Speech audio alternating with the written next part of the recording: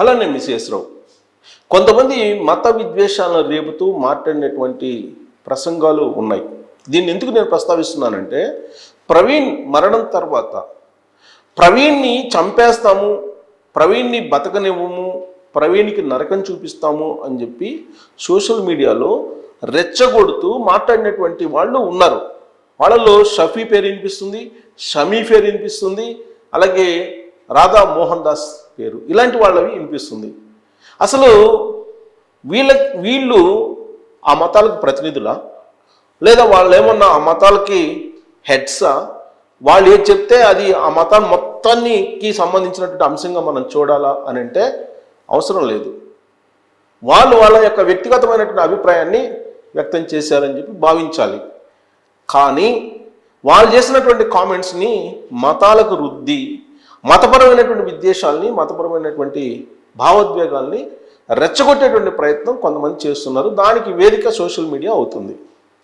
ఇప్పుడు ప్రవీణ్ మరణం తర్వాత షమీ, షఫీ ఇద్దరు చేసినటువంటి కామెంట్స్, ఇద్దరు చేసినటువంటి బెదిరింపులు, ఇద్దరు చేసినటువంటి వార్నింగ్స్ సోషల్ మీడియాలో వైరల్ అవుతున్నాయి. మహమ్మద్ ప్రవక్త గురించి మాట్లాడారు ప్రవీణ్, మహమ్మద్ ప్రవక్తను అవమానిస్తూ మాట్లాడారని షఫీ అలాగే షమీ ఇద్దరు వార్నింగ్ ఇచ్చారు ప్రవీణ్కి అని.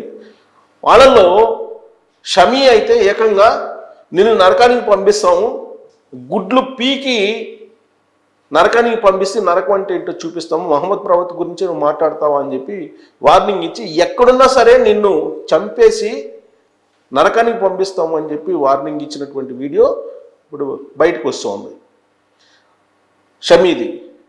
మరి షఫీ అయితే మాత్రం నేను అసలు ఆ రోజుతోటి అసలు వదిలిపెట్టేశాను అంటున్నారు. షమీ కూడా ఇప్పుడు వివరణ ఇస్తున్నాడు.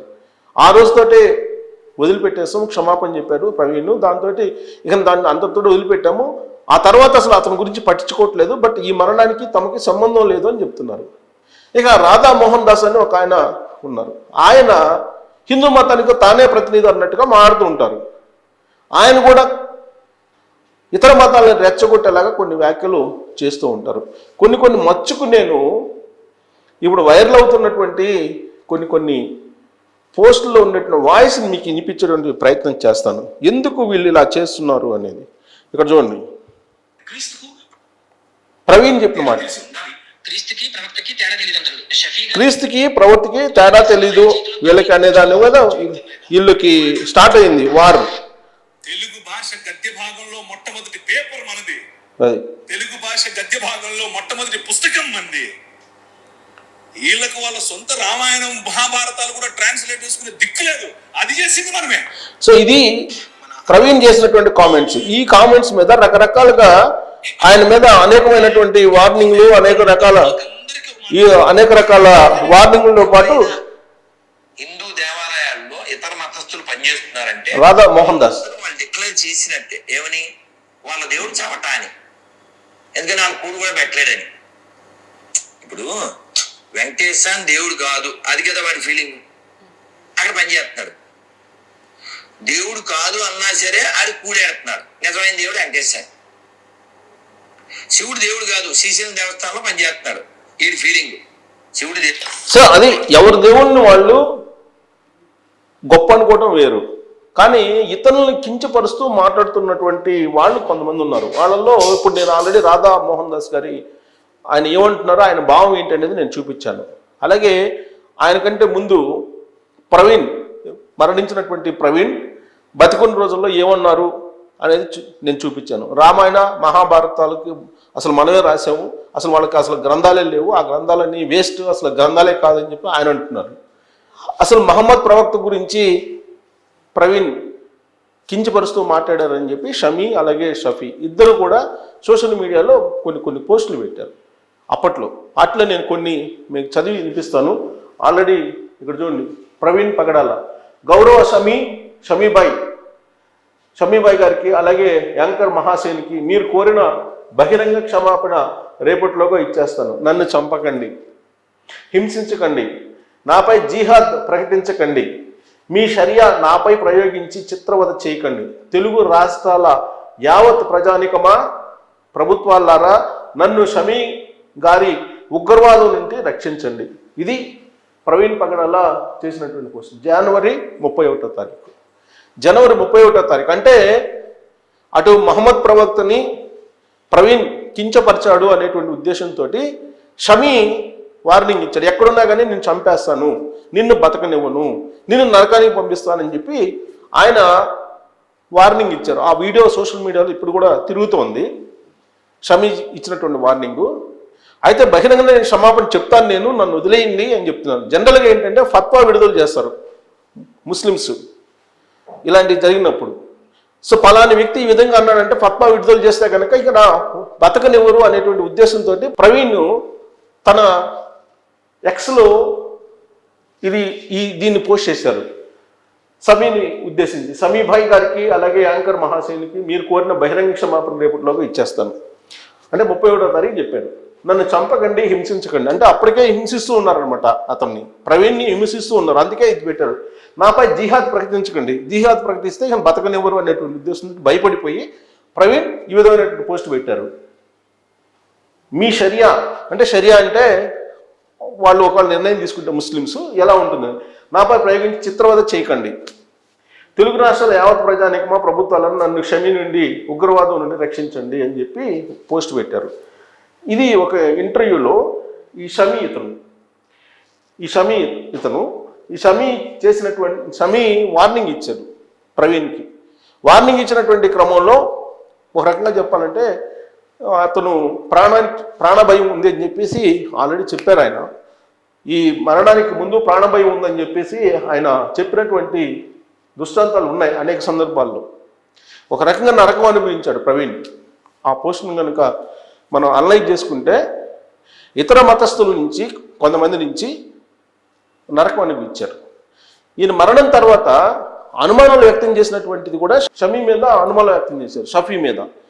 అయితే షఫీ రాజమండ్రికి వెళ్ళాడు. రాజమండ్రికి వెళ్ళి షఫీ దీంతో నాకు ఎలాంటి సంబంధం లేదు అన్నాడు.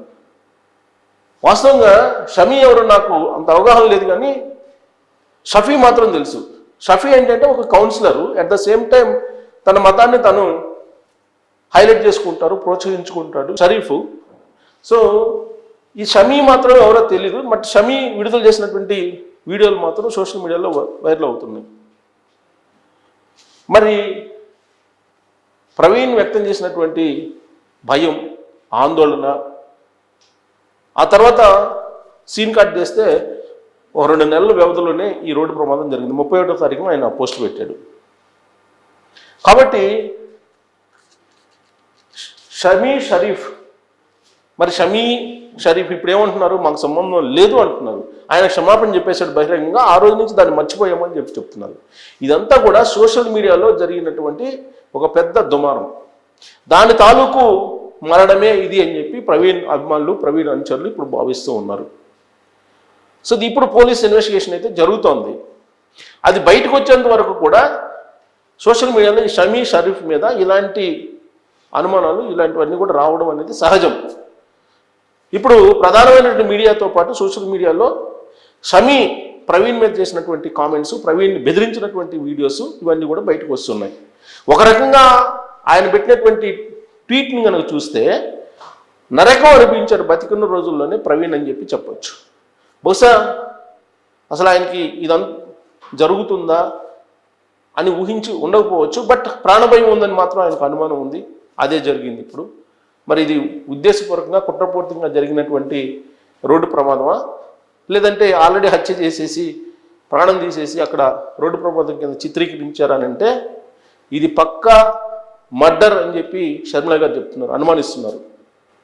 ఆల్రెడీ ఆవిడ ఒక స్టేట్మెంట్ కూడా ఇచ్చారు, ఇది ఉద్దేశపూర్వకంగా చేసినటువంటి హత్యను, కాబట్టి దీంట్లో నిజానిజాలు తేల్చాలి అని చెప్పి.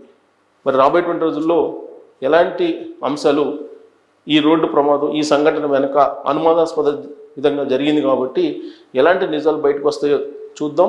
ఈ లోపుగా షమీ షరీఫ్ వీళ్ళిద్దరి మీద క్రైస్తవ సమాజం అయితే ఆగ్రహంగా ఉంది, అనుమానంగా కూడా ఉంది. బట్ నిజాలు తెలిసేంత వరకు సమయం అన్ని వర్గాలు పాటించాల్సిందే. పాటించకపోతే సమాజమే అసహనానికి గురవుతుంది. ఇప్పటికే అమెరికా జాతీయ కమిషన్ ఏం చెప్తుందంటే, జాతీయ క్రిస్టియన్ కమిషను భారతదేశంలో మత అసహనం పెరిగిపోయింది అని చెప్పి, అందుకే రాని ఆంక్షలు విధించాలి రామేణ అని చెప్పి కూడా చెప్తూ ఉన్నారు. మరి అలాంటి పరిస్థితి రానివ్వకుండా ఉండడం భారతదేశానికి క్షేమం.